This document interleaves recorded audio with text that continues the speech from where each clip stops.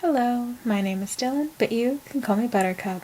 Welcome to Buttercup Yarn Art, a soft-spoken video journal where I play with yarn and share my thoughts. I hope you enjoy this video, and if you'd like to see more, please subscribe. If there's anything you'd like to hear me talk about, please leave a comment to let me know. I finished my flax sweater, as I'm sure you may have guessed by the fact that I am not working on it in this video. I am today winding yarn for the Thunderclap shawl by Emily Wood from Sweet Georgia. I am using Oink Pigments Coven yarn, which is fingering weight, in the colors Creep It Real, which is what I am winding now, and Zoot Suit, which I will be winding next. I am really looking forward to knitting this shawl. It should be a much shorter project than the flax sweater, which isn't actually done. The knitting is done, but the project itself still has more to go. And I have some ancillary things to take care of for that. But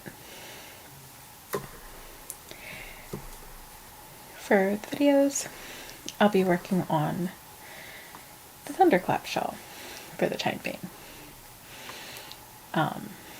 And I am winding by hand, not using a ball winder, partly because I don't have a ball winder and partly because I don't want one. I like to work from hand wound balls. I don't really like center pole cakes to work from, so I don't want to wind it.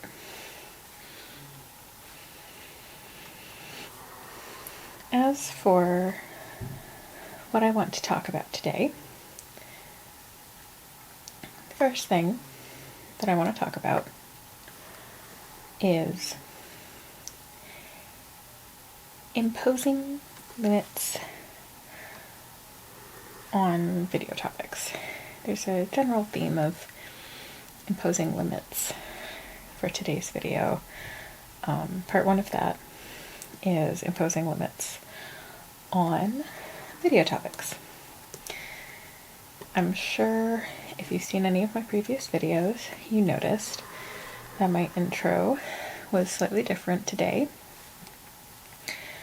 And that's because I've decided not to strictly limit my video topics to just yarn.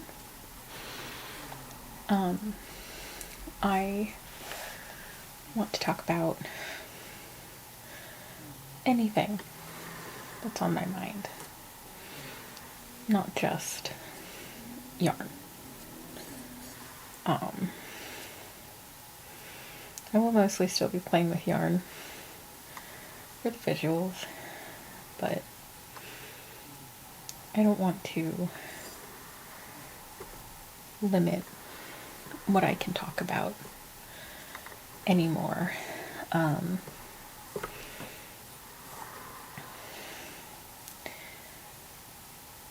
I think limiting what I can and can't talk about is just an easy way for me to burn myself out for making videos. And I want to keep doing it. So I've decided not to limit the topics that I can talk about. So I will still talk about yarn a lot, because I think about yarn a lot. but I will talk about other things as well in future videos. So I just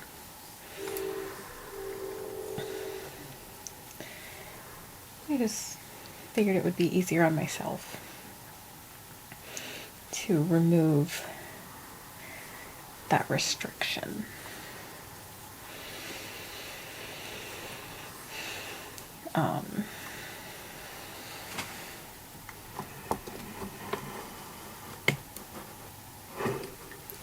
For my personal comfort.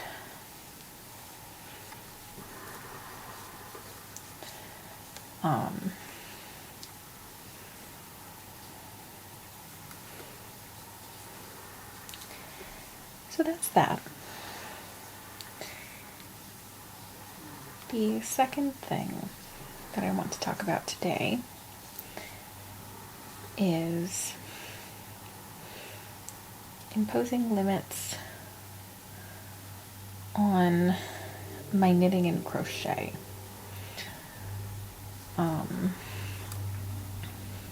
Saying a lot today. Sorry about that. But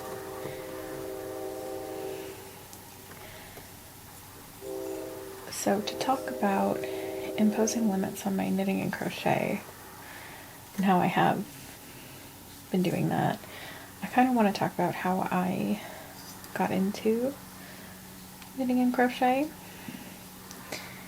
because it's kind of a timeline rather than anything simple or just easy to put into words. I learned to knit at a movie marathon in college. Spur of the moment. It was at a friend's house off campus, and I had to go back to campus for something. When I got back to the movie marathon, everyone else there was knitting, and I didn't know how. So someone pulled out some yarn, someone else pulled out some needles, and the person I was sitting next to showed me how. And my grandma, when I went home for the next break, was so excited to learn that I knew how to knit that she demanded I let her teach me how to crochet. So I did. And for a while, I only crocheted. And I think it's possible I've told this story here before, but it's pertinent. So, for a long time, like years, I did not use any patterns. Not because, because I had any objection to it, it didn't occur to me to use patterns for things. I was just improvising everything I made. Really unrestricted. And I enjoyed it that way. I don't remember what the first actual pattern I made was, but I remember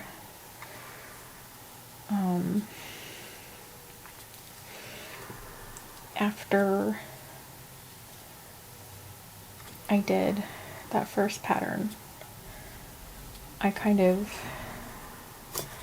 stopped improvising things that I made. And I've kind of noticed recently that I have unconsciously limited myself to using patterns. You know, no improvising, no making it up as I go, just patterns. Only patterns. And I don't think that's fair to myself. You know,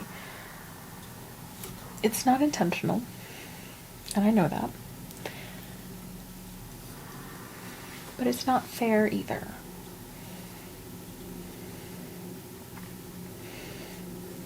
I have a queue of projects that I'm planning on making. But I've added on, at the end of that queue, an improvisation slot.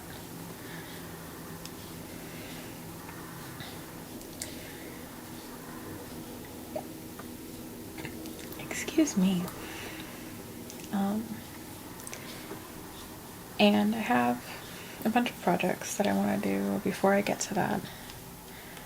But I am going to improvise a cardigan for myself. I'm not going to use a pattern. Not going to do anything like that. Just going to do some math and just make a cardigan. Go with the flow.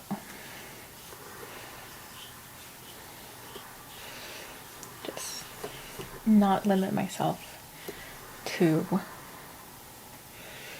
patterns that are available. And I know exactly why I've been sticking with patterns. I know myself. I know what impulse that came out of.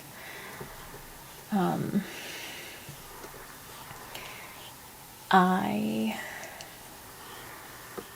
really like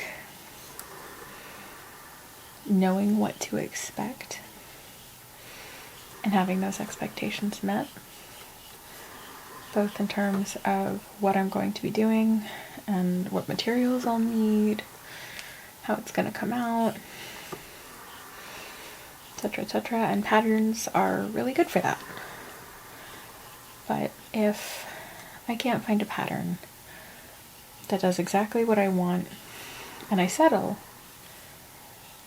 when I could potentially have improvised something that would have worked really well for what I wanted, well, then I've inherently limited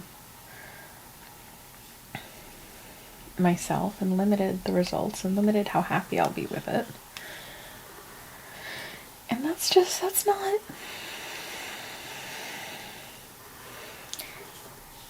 not the best it could be. I don't think I'm going to wind up getting into pattern design and all that, but I think getting back into improvising, even just a little bit, will be really good for me creatively. You know, I do sometimes play with scraps to test my knowledge and make sure I have things straight in my mind. But I don't make full projects that are improvised anymore. And I think I really should. So I'm going to.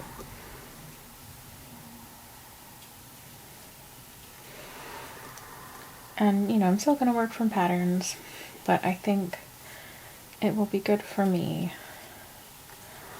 to improvise projects more and just take away that limit that I've unconsciously imposed on myself. So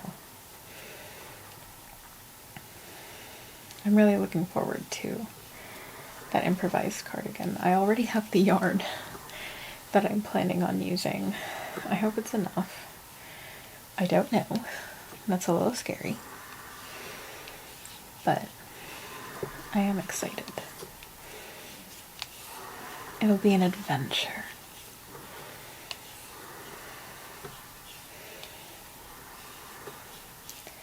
And hopefully I'll be able to take you guys along with me for it.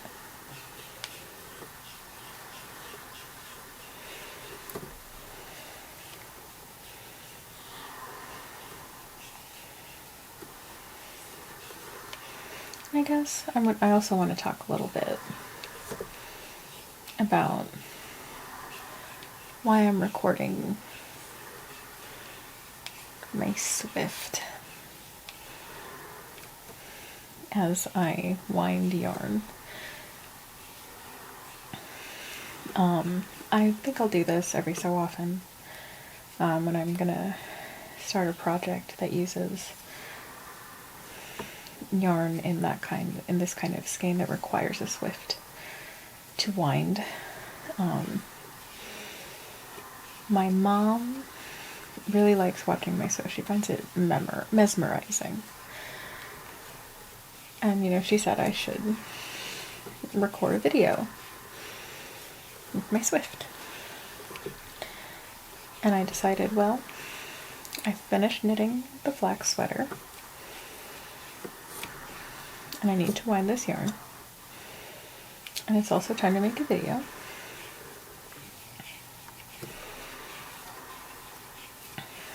So why not combine?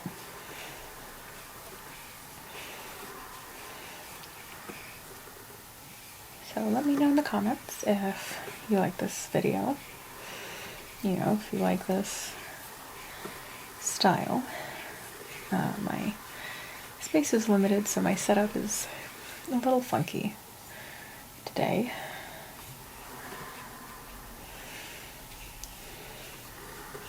But hopefully this will be a video that you guys like. Thank you for watching, and I hope you enjoyed today's video. And I hope you have a wonderful day.